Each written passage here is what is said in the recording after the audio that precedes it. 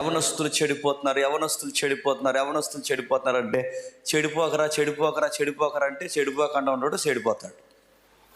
మరి వాడు చెడిపోకుండా ఉండాలి అంటే ఈ మొబైల్ మనం వాడుతున్నాంగా, ఈ మొబైల్ మనం వాడుతున్నప్పుడు కొన్ని యాంటీ వైరస్లు మొబైల్లోకి వస్తాయి. ఈ యాంటీ వైరస్ బాగా వినాలి.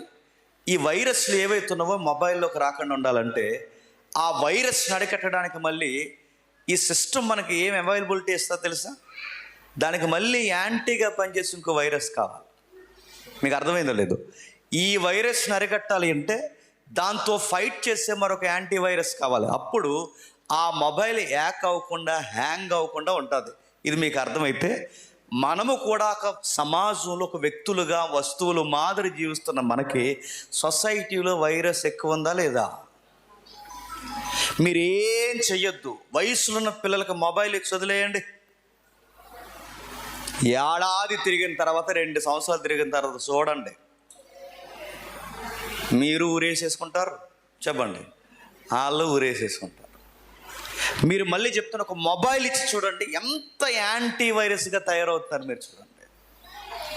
సమాజంలో ఒక ఫేస్బుక్ బాగుందా, ఒక వాట్సాప్ బాగుందా, ఒక ఇన్స్టాగ్రామ్ బాగుందా, ఒక ప్రింట్ మీడియాలో అందమైన వార్తలు వస్తున్నాయా, ఒక సెక్యులర్ ఛానల్లో ఏదైనా మంచి కనబడుతుందా?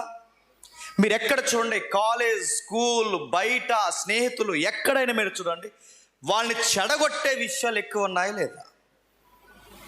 ఒక మాటలలో మంచి లేదు, ఒక చూపులలో మంచి లేదు, ఒక సరదాగా ఏదన్నా చూద్దామంటే మంచిగా కనబడే చిత్రాలు లేవు.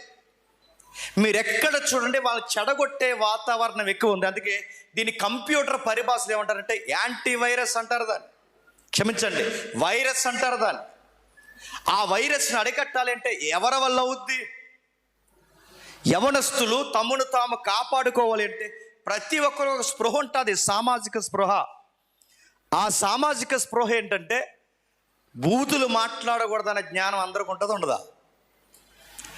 వాక్యం తెలిసినోడికి ఉంటుంది, వాక్యం తెలియనోడికి ఉంటుంది.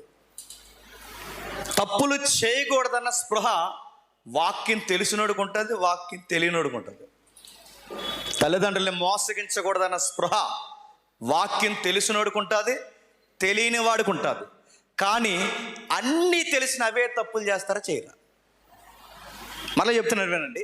అరే, సామాజిక స్పృహలో వాడికి తప్పులు చేయకూడదని తెలుసు, అబద్ధాలు మాట్లాడకూడదని తెలుసు, తల్లిదండ్రులు కళ్ళు కప్పకూడదని తెలుసు, టీచర్స్ని, మాస్టర్స్ని మోసం చేయకూడదని తెలుసు.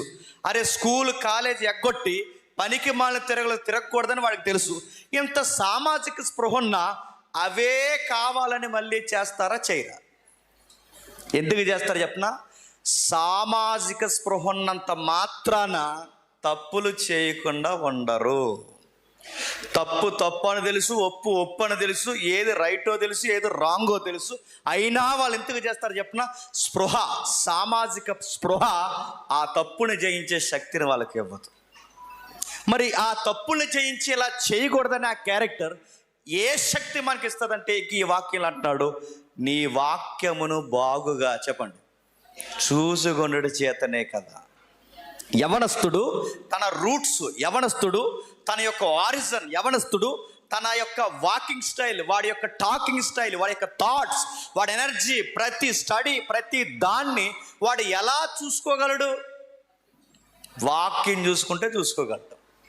సామాజికంగా తప్పప్పులు రైట్లు కొట్టినంత మాత్రాన వాడు నిలబడలేడు. వాడు నిలబడాలి అంటే వాక్యం చెబుతుంది, వాడు వాక్యాన్ని బాగుగా చూసుకోవాలి. అంటే ప్రతి ఒక్క యవనస్తుడు వాక్యాన్ని చదవాలి. చదువుతారా? మత్తయి సువార్తగా చదువుతారా? చెప్పండి, ఎలా చదువుతున్నారు? కొంతమంది వాక్యాలు చదువుతారు. ఏ వాక్యాలు చదువు చెప్పండి. యవనస్తులు కంటిన్యూగా ఎవ్రీడే వాక్యాలు చదివే వాళ్ళని జీవించండి, ఏలిమే కనబడతారు. పోనీ చదివిన దాన్ని అర్థం చేసుకున్న వాళ్ళు చూపించండి, లిటిల్ ఫింగర్లో కూడా కనబడరు. మీరు ఎక్కడైనా మీరు చూడండి, చదివే వాళ్ళు లేరు, బిజీ, వాట్సాప్లో బిజీ, ఫేస్బుక్లో బిజీ, ఇన్స్టాగ్రామ్లో బిజీ, స్నేహితులు బిజీ, ఆ పిక్స్ తీసిన తర్వాత లైక్లకు బిజీ, ఆ రీల్స్కి బిజీ, వీటన్నిటికీ బిజీ. ఎవ్రీడే కంటిన్యూగా వాక్యం చదివే వాళ్ళు ఒక్కరిని చూపించండి. పని చదివిన ఏదో సామాజికంగా దాన్ని చదవడం తప్ప అర్థం చేసుకునే లేరు చెప్పండి. అందుకే వాక్యాన్ని అడుగుతున్నాడు, నీ వాక్యాన్ని జాగ్రత్తగా చూసుకున్నవాడే వాడి ప్రవర్తనని జాగ్రత్తగా చూసుకోగలడు. అంటే నా ప్రవర్తనకి వాక్యానికి చెప్పండి లింక్ ఉందన్నమాట. నేను తప్పు చేయకూడదు అంటే ఖచ్చితంగా తప్పు చేస్తాను. నేను బూతులు మాట్లాడకూడదు అన్న స్పృహన్నంత మాత్రాన్ని మాట్లాడకుండా ఖచ్చితంగా బూతులు మాట్లాడతాను. నేను ఇవి చూడకూడదు అనుకున్నంత మాత్రం చూడకుండా ఉన్నాను, ఖచ్చితంగా చూస్తాను. అవి చూడకుండా మాట్లాడకుండా తప్పు చేయకుండా ఎప్పుడు ఉండగలమంటే ఆ యవనస్తుడు వాక్యంతో ప్రతి దినము గడపాలంట. గడిపితే ఏమవుద్దట? అదే అధ్యాయంలో 11 వచనం చెబుతున్నాడు చూడండి. అదే అధ్యాయం 11 వచనం, నేను పాపము చేయకుండానట్లు నా హృదయములో నీ వాక్యము ఉంచుకొని ఉన్నాను. ఇప్పుడు చెప్పండి, పాపము చేయకుండా ఉండాలంటే హృదయంలో ఏముండాలి చెప్పండి?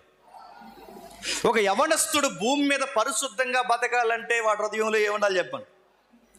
తప్పు చేయకూడదన్న స్పృహ కాదు, మంచిగా బ్రతకాలన్న స్పృహ కాదు, నేను ఎలా ఉండాలనుకున్న ఒక ప్లానింగ్ కాదు, వాడు ఫ్యూచర్ ప్లానింగ్స్ ఏమీ కాదు.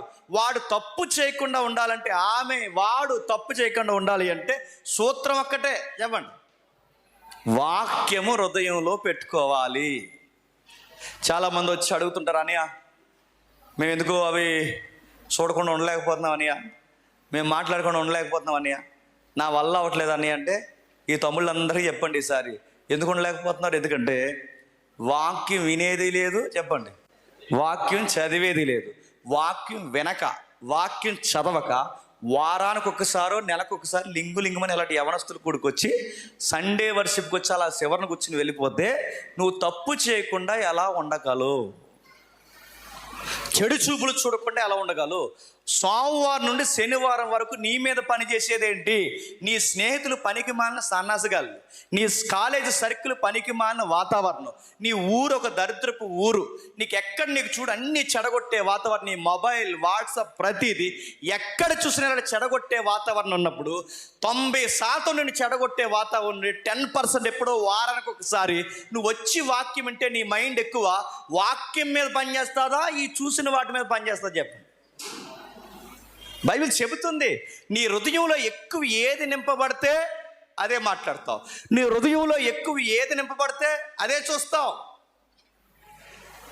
10 మందిలో నేను ఒక స్నేహితుడికి ఉండి నా 10 మంది స్నేహితులు చెడ్డోళ్ళు అనుకోండి, నా 10 మంది స్నేహితుల దగ్గర రోజు విని, రోజు చూసి, రోజు వాళ్ళ మాటలో స్నేహంతో ఉంటే ఖచ్చితంగా వీడు చెప్పండి. మరి నేను ఏం చేయాలంటే బలి చెప్తుంది బైబిల్, వాక్యముతో ఎక్కువ గడపాలంట, హృదయంలో ఎక్కువ వాక్యం ఉంచుకోవాలంట. అందుకే యవనస్తులు వాక్యం వినాలి, వాక్యాన్ని చదవాలి. ఇప్పుడు చెప్తున్నాను, యవనస్తులు వాక్యం వినడానికి ఎప్పుడు వస్తారు చెప్పండి? యవనస్తులు కూడా వస్తారు. వాక్యం అంటే కేవలం యవనస్తుల కూడుకులోనే కాదు, యవనస్తుల కూడుకులో యవనస్తుల కోసమే చెప్తారు. కానీ ఆదివారం ఆరాధనలో దేవుడిని గురించి విపులోకరంగా పొంకాలుగా మాట్లాడతారు. వాక్యం వినాలి, ఆ దేవుడు అంటే ఏంటో తెలియాలి, ఆ దేవుని గురించి నేర్చుకోవాలి, ఆ దేవుని పరిశుద్ధత ఏంటో మనం గుర్తెరగాలి.